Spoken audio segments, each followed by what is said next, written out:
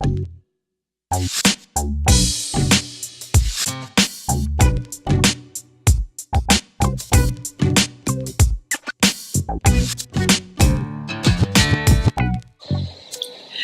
morning. This is Spirit Journey, and I've been up now maybe an hour. I'm now continuing reading my book that David Icke wrote, entitled Everything You Need to Know But Have Never Been Told. And I'm still reading on the subject of digital holograms. And as I was reading this, it's all about reality and perception. And then this cued my memory on something. It cued my memory about my stay in Hawaii in particular. And I know I made mention of this story, but as I'm reading about perception and reality, I'm reminded about isms and racism and my experience being in Hawaii. Now, Hawaii, it's a beautiful island. I lived there, I first arrived there in 98. I lived there for almost 3 years. Very beautiful place. And I left to move to Maui, the island of Maui in Hawaii, for economic reasons. The door closed job-wise. It's like all of a sudden everything stopped. I had just finished school. I was working and going to school at the same time. And it was in February. And the line of work that I do, I have to use my hands. And to job hunt in the freezing weather, and you have to use your hands, it's almost impossible. And it's just impossible to do it in the freezing cold. I said to myself, I better move, try to get work in a warmer environment. So I thought about a few places, and then I said to myself, I'm going to go to Hawaii. Oh no, I have to back up a little bit. I moved to Florida, and then from Florida, I was there for maybe 9 months, and then from Florida, I decided to move to Hawaii.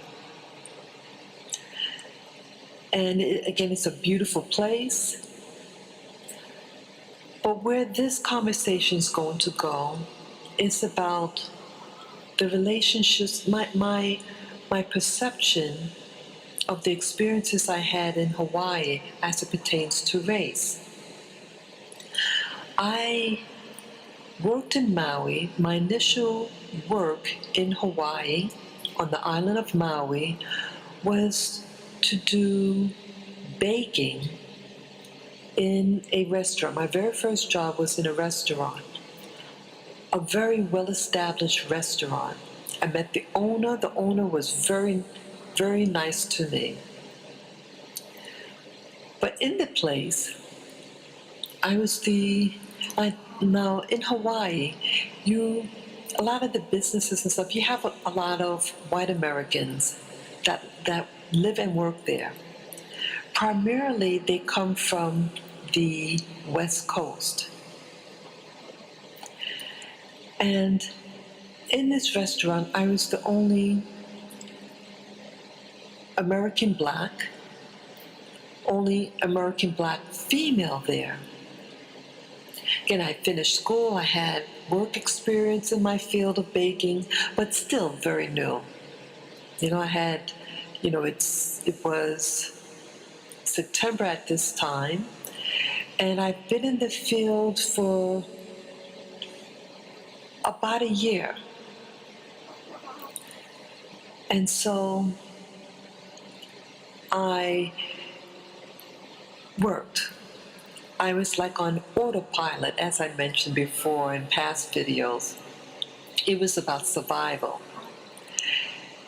And not that many black people I met there. But one day I was being harassed by my boss. My boss he could have been born in the United States, but he was from Mexico originally, his ancestry. And he was a man that liked to, I, he had a very sexist potty mouth. He liked to insult about women, I remember. And again, I was very soft-spoken and very compliant. See, life taught me just be compliant, be at work on time, do your best. And I thought that were to protect me. But it didn't. And he saw that I was too compliant. And one day he said, "Boy, you're so compliant." And started arguing with me, even with that. I just wanted to do my job and leave, you know? And there was another girl, local girl. She started the day after me. Very nice girl. She was a local girl, really, really big. She was way over 6 feet. She might have weighed maybe close to 300 pounds. She was a big girl. She was even bigger than the guy. Very nice girl, though. But I saw how I was being treated. Again, I should not have been presumptuous. And let me explain when I say that, presumptuous. Just because person A could do something, doesn't mean that you could do it. You know, that you're not authorized to do it. And I'll explain even further. Now, at this place, you had many of the cooks and stuff. They were from the Philippines. Very nice. I like meeting people from the Philippines. But it seemed like the owner was a white man from the mainland. Very, very good fellow, very professional. And he had a son who helped manage the restaurant. But I noticed like he seemed like at times kind of like scared of the local people there. The you know, all people of color. They were like Asian Pacific people. In Hawaii, you have the indigenous Hawaiians, and oftentimes they're mixed with Asian people or other Pacific Islanders. It's a really mixed island, racially, I mean, amongst them. So, but I think these people were from the Philippines. Yeah, they were from the Philippines, and they were like the fast, you know, the I forget what you call them, but they're like the cooks. They do the speed orders, and he seemed like very careful in how he talked to them. Like he was a little intimidated, scared of them a little bit. And they were allowed, these workers were allowed to use the scraps of the food and make a meal for themselves. And so I made the false assumption that I would be able to do the same thing in the baking. And in particular, I was making the cinnamon rolls. And there were some scraps of the dough left, and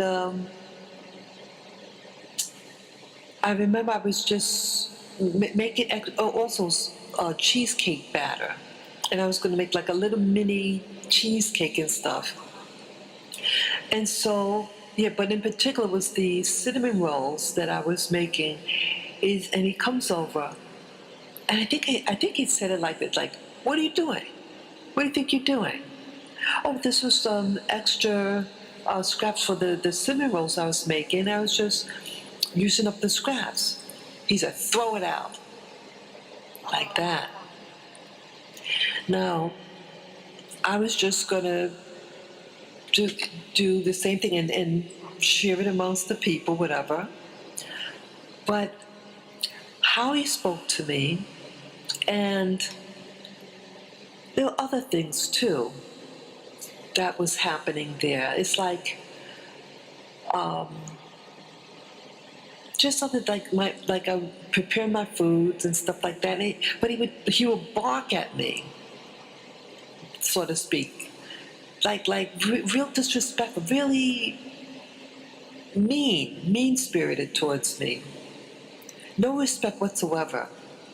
Now again, it didn't matter that I was a veteran. It didn't matter that I have my certificate in pastry arts. It didn't matter that I worked in some of the top hotel restaurants in New York City. It didn't matter. What mattered was me. And I took it that he did not like me and did not like black people.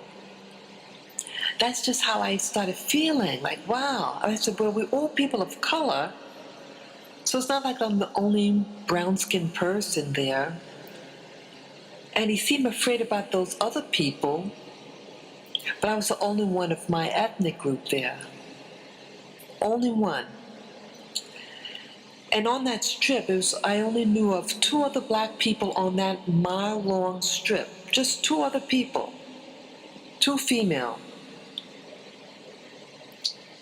No, actually, it was one other guy, too, I remember seeing later on, though. So at least three other people outside of myself there. But so our presence was very small, the black presence, in this tourist town called Lahaina. But this guy was really something else. And then I was eventually let go, and this was right after the holidays, that the slump, like I started working in September, and the first week of January, they were cutting back, and they cut back me.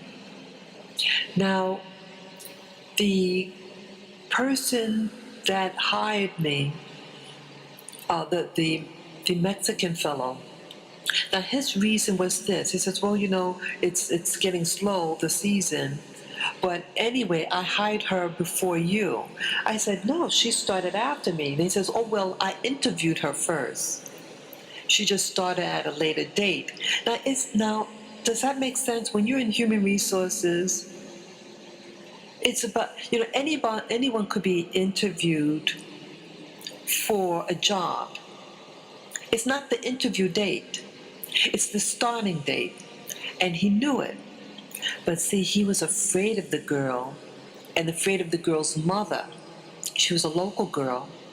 And the mother of the girl when she started, had come to the place and argued, that you better, treat my daughter well, something. She was really, she wanted to protect her daughters because it was her first job. But it was something, it was enough, and it intimidated enough. And I was let go first. See, he didn't respect me. And that's also why, there's another reason with them. Like I mentioned that he would say these pejorative things about women towards me, to me. But the other girl wouldn't engage in conversation. She was the quiet type, but very nice though. Quiet, but nice. But I was more reactive. I was trying to be polite. See that black people always taught to be polite. But either way, he was getting out of hand. And so I wasn't engaged. I didn't want to engage in conversation with them. But One day, like, when he said, you're too compliant, you agree with everything, because he had asked me a favor. And I said, sure. Because there, I was new on the island and I just wanted to get through. I just wanted a job to go get into and move on. But he was starting to irritate me. And I was always very compliant with him to, because he wanted sometimes, even though he's my manager, but he wanted maybe switch the schedule around because maybe he had to do something. And so I didn't have anything that was necessary to do outside of the job, So so it didn't matter to me, but it mattered to him. So I said, hey, okay, sure. But this time, I said no. I said, I have something to do. I was, respectful, but I said no. And he didn't like that.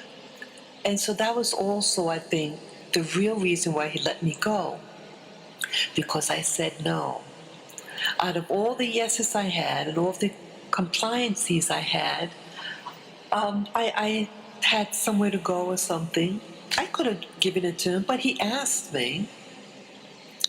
And I didn't want to feel afraid that I had to say yes. And so I said, no, I have something to do. So when time came around to who they're going to let go, because now the holiday slump was there, the post-holiday slump was there in January. So I was the first to go. So also at this time, for finances, I was working two jobs. So the time that I had this, my days off or after work, I had a second job. And again, this one though had and this is also I think the basis of this conversation, this audio tape that I'm doing. So things are very expensive there, and I had a lot of bills that I incurred from relocating. And so I'm working two jobs, two full-time jobs. No, it was one full-time, the other was a part-time. And this one, though, was a little different than demographics. This one had two black people, the executive chef and one worker. Both are from the mainland.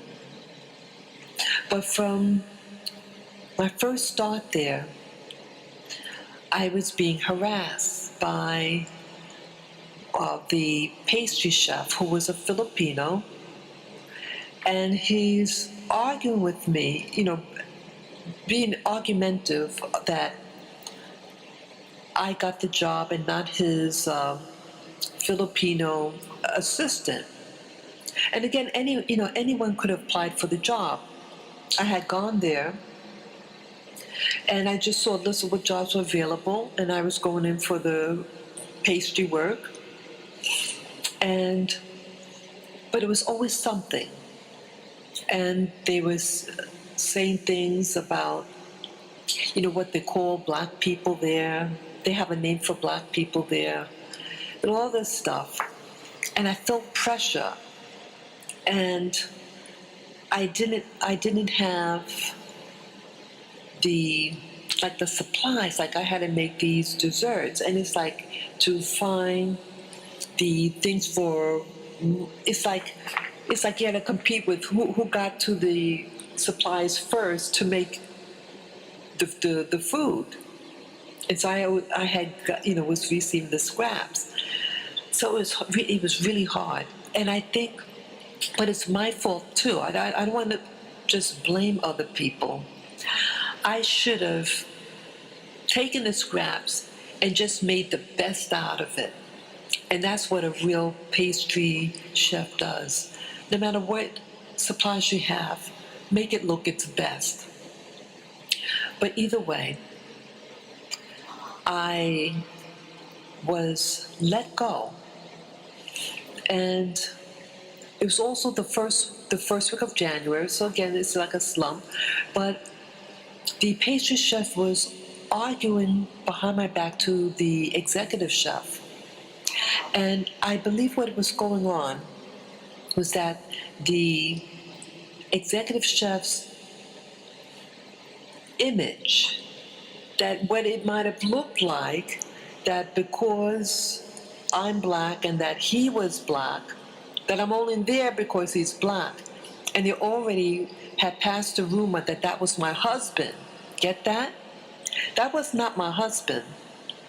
But they assumed it was a Japanese fellow, and he said, "Oh, I thought he was your husband." Then he said something. He debased himself, and rightly so. But at least he was honest about it, and he apologized for that assumption. And and his self deprecation was enough for me. But so here, being a black woman, and I was the only black woman in the company that I saw, a whole hotel. It was a massive hotel. It was a resort, and it had many restaurants. And I think I was the only black female there. And it was just two other black people that I saw there, you know, in where I was. But the issue is about fear.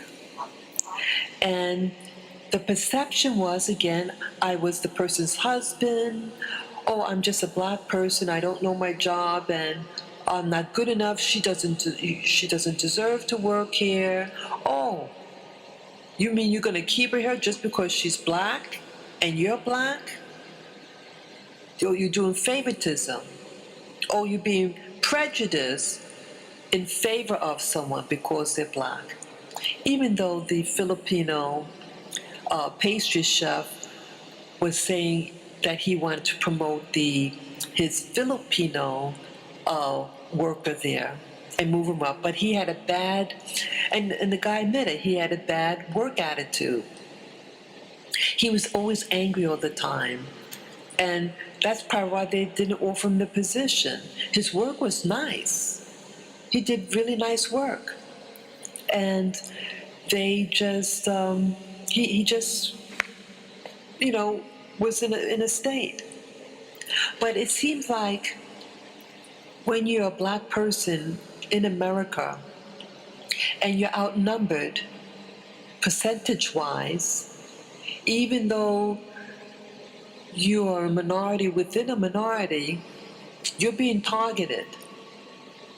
Your work is never good enough.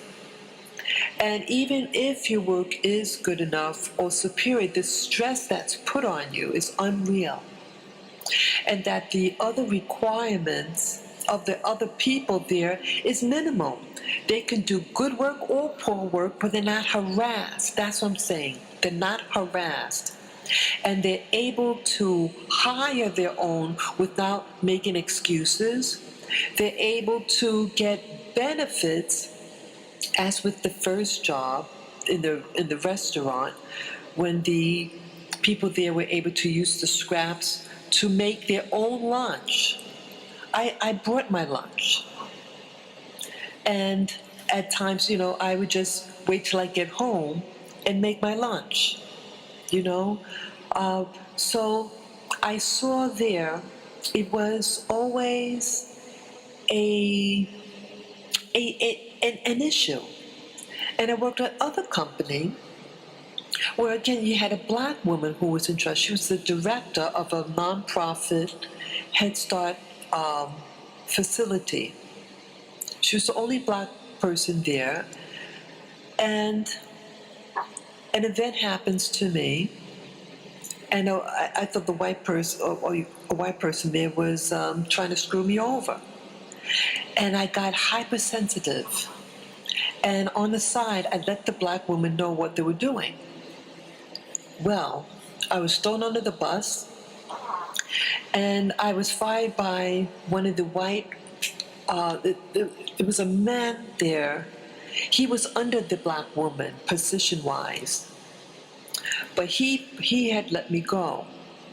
But the white woman, I mean the black woman, let him, even though I told her, "Hey, they're trying to get me."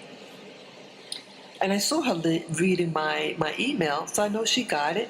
She didn't want to address the issue of race. And what I learned there in Maui, it didn't have to be Maui, it could have been any place. It could have been a place like New York. The problem was that American blacks have to feel like they have to get along with everyone. And if you show, what's the word? A cohesiveness, a camaraderie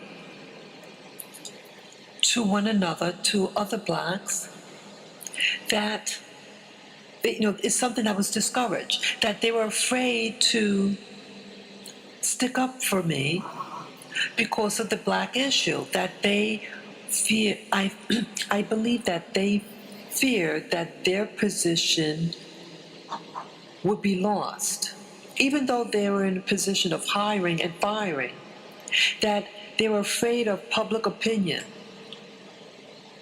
They were afraid to say, "Hey, yes, this is a black person like myself. And yes, this person is here. And yes, they applied for the job like everybody else." No one else was applying for the job. So where does this go with this audio diary about perception? And that black people have the perception of you're not good enough. You have to be afraid all the time. You're not supposed to like yourself. That's the key. You're not supposed to like yourself. You're supposed to always want to be somebody else. You have to always want to marry into another group. You're not supposed to be happy and marry your own kind. Now, I'm not promoting that you're not allowed to marry outside your group. You marry who you love. But I'm just saying that there's something going on within the black community that's teaching us, because of perceptions that other people have against us and the perceptions that we have about ourselves, that we are not supposed to love ourselves or to protect ourselves. And then I'm seeing things, these advertisements now that I've been seeing in New York City, these dating agencies, and they don't have black couples together. They don't have black with a black. They have black with white or anybody else. Even homosexuality, not even heterosexuality. And there's a reason for that. They don't want you to love yourself. But I'm saying in this reality, in this perception, that it's okay to love yourself. It's okay to be attracted to another person that looks like you or from the same place where you are. They do it. They love themselves. It's okay for Filipinos to love other Filipinos, like the person that I work for. It's okay that he wanted to support his own. At least I have respect for that. But I don't have respect for weak-spined men and women to not support their own. I'm disgusted about this. I'm disgusted. I'm disgusted that I could go through college to try to better myself and the community as a whole I got my master's in nutrition, and I thought I would save the black community from our ill health of diabetes and heart disease. And I worked so hard. I wanted to quit so many times because the work was so hard to do, to finish my master's degree. It took me many, many years to finish. About 8 years because I started college and I left many, many years. And then when my final stay in college, it took me 8 years, 8 grueling years. And when I had graduated, I remember, and then I couldn't get a job in my field. So I said, let me start my own business. Okay, I was trying to be proactive. I didn't want to feel sorry for myself. So I started a business, an LLC, which cost hundreds of dollars to do. To start an LLC, it costs money. To get a Better Business Bureau license or certificate, whatever, that logo, costs another several $100, $600 just to apply for, which I had gotten. And then I go to get this, a West Indian Day parade, okay, in Brooklyn. I get invited to someone's home, a West Indian's house. I was their guest. And it was just by chance I met this lady on the train, and she was going to the West Indian Day Parade. She was from Trinidad, I think. And she invites me to accompany her. We go to her house first, and then we meet her friends, a family that she knows of nearby. And at this place, 3 men come by. Now, I thought they were from a different group, but they were American blacks, but they looked different from English-speaking blacks from the Caribbean. But either way, a conversation developed with me and the one of the men there. And then during this time, well, to make a long story short with this, one of the 3 men was actually a married man with children, and his buddy is seeing what the guy is doing, and then he warns me. He said, hey, and he said in a funny way, and then he said, this man is married and has children. He said, I love them both. He's my buddy, but I love his wife too. The wife is my friend too. And he has children. And I'm letting you know, right in front of him. I was embarrassed. But I played it off. So this person, I'm thinking that, we started talking a little bit. And get this now. This guy who just warned me about his friend, and he had this other guy is single, no children, okay? I'm single, no children. We're both about the same age. And he says just up front, he says, oh, I like European women. Now, why is he telling me this? Well, I tell you why he's telling me this. He's letting me know up front that he's not interested in black women, period. Now, again, I was a little taken back, but I was just more surprised, like, oh, wow, I'm just meeting him for the first time, and it's at a party, a West Indian party, with black West Indian people. Everybody there is black. But he felt the need to say emphatically he likes European women. Now I know European women, what he means is a white woman, and probably preferably someone who's European born, white female. But I said to myself, well, I'm just meeting him for the first time. He's entitled to his preferences. We're just talking.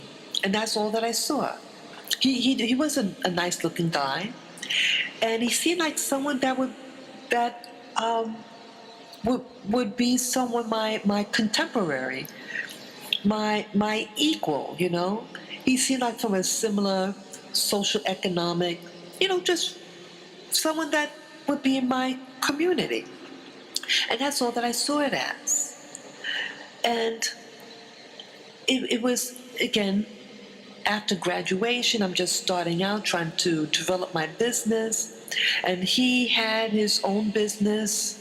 He was in the entertainment industry, acting and things like that. And so he gives me his business card, and I did not have my business card with me.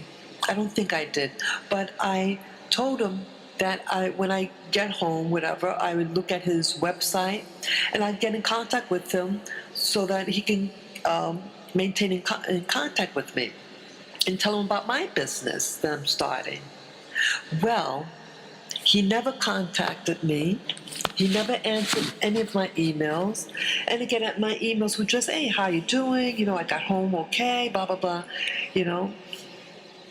So I'm sharing this also with you because, again, here he's a black man. And again, even though he's at a black event, but he's about white people and didn't want to engage on any level with a black woman, even though his mother is black. He had a black mother. But his father is from Syria.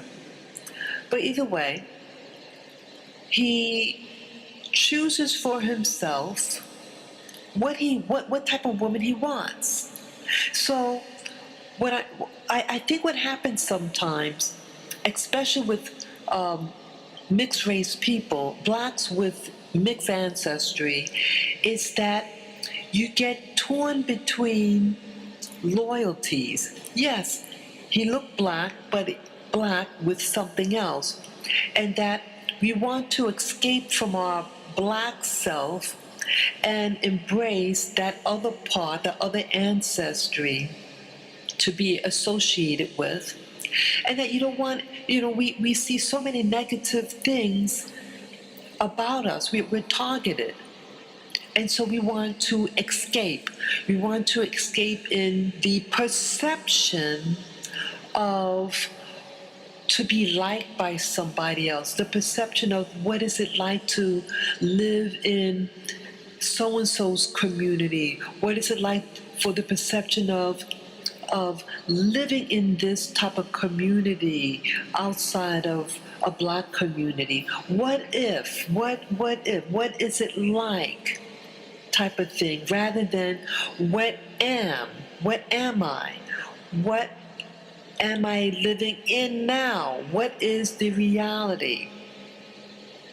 The reality was he didn't want to be black.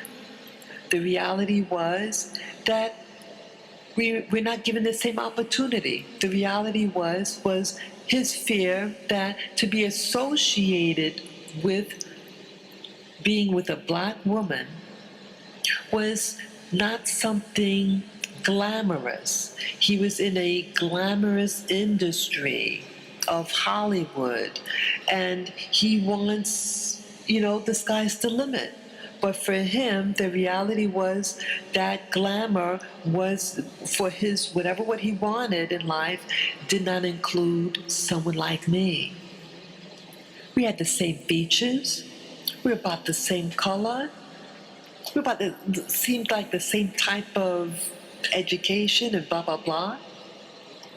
And why I'm sharing this also is because as a youngster, I was running away from myself. I didn't like being black.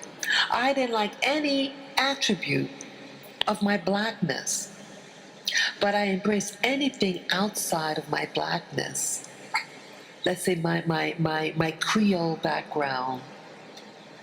Or anything outside of being mainstream black or black West Indian. So I understood. And that's why I didn't immediately get offended at his initial response about him liking European women. I understood because I used to think like him, but at the same time, wanted to still understand why I was feeling the way I was feeling. And seeing all the hypocrisies of other ethnic groups. And I started asking, well, what's so wonderful about these ethnic groups? We all die in the end. So so it's about everything that's in between. And what was in between? In between is life. And life could flip-flop all different ways. But it was all just an illusion. It's fear. My life was, and many other people's life is based on fear. The fear to not be liked. And that's what grips us. And that's what's gripping our Black community. That we're not liked. And that's what feared that man that I worked with, the white guy at the restaurant. He feared those other minorities because he was like the only, not that many whites there. I mean, there were whites there, but he's the minority at that island. And so the fear of not one to rock the boat. But he didn't fear me because it was fewer of me. And he knows that the other minorities are going to be fighting for the type of job I have. So everything is fear-based, fear on perception, which was a deception, and how you really feel about yourself. Just like that last fellow. Here he looked like a really nice Black fellow that I can get to know. But here, even though I had a master's degree, even though I had my own place, even though I had no children, what they call baggage in the Black community, I wasn't enough for him. I wasn't a woman enough for him. And I'm no, I'm not going to say it. I know what I want to say. You know something? What it's reminding? Okay. There was a movie with, he goes by the name of Vin Diesel. And remember one of the movies he was on with this European white lady? And the woman was not an attractive woman, and she actually had rotten teeth. You think you're going to get an ugly Black woman with rotten teeth with Vin Diesel? He was that type of man. That mentality, at least from that movie. Again, I don't know whether he wrote that in the script. But either way, he played the part. And the part was him being again, you can't really tell what he is, but they pair him with an ugly white woman with rotten teeth. They would not have a darker skinned Black woman with rotten teeth to pair against Vin Diesel. And that's what that guy reminded me of. Even though the guy that I'm referring to was a brown-skinned man, a little browner than me. But that same mentality, I want a white woman, whether she's ugly or not. And I don't think that I look like that white woman with the rotten teeth. Okay? So it doesn't matter whether it's a pretty white woman. It doesn't matter if it's an ugly white woman. The fact that she's a white woman was what this man wanted. And that's sad. So we can't even see the beauty in us. Black man, Black woman, start seeing the beauty in you. Look in the mirror and embrace yourself. If you don't embrace yourself, how could you embrace and support your fellow Black in America? Let's start loving ourselves and know this audio diary is not about hating other races. It's about loving yourself so that you can honestly love others. So I hope you enjoyed this video. And again, teach your children, your black children, to love themselves. The man and woman in the mirror, the girl and boy in the mirror, to love and embrace themselves so that they could be helpful in our community. Take care, guys. Bye-bye.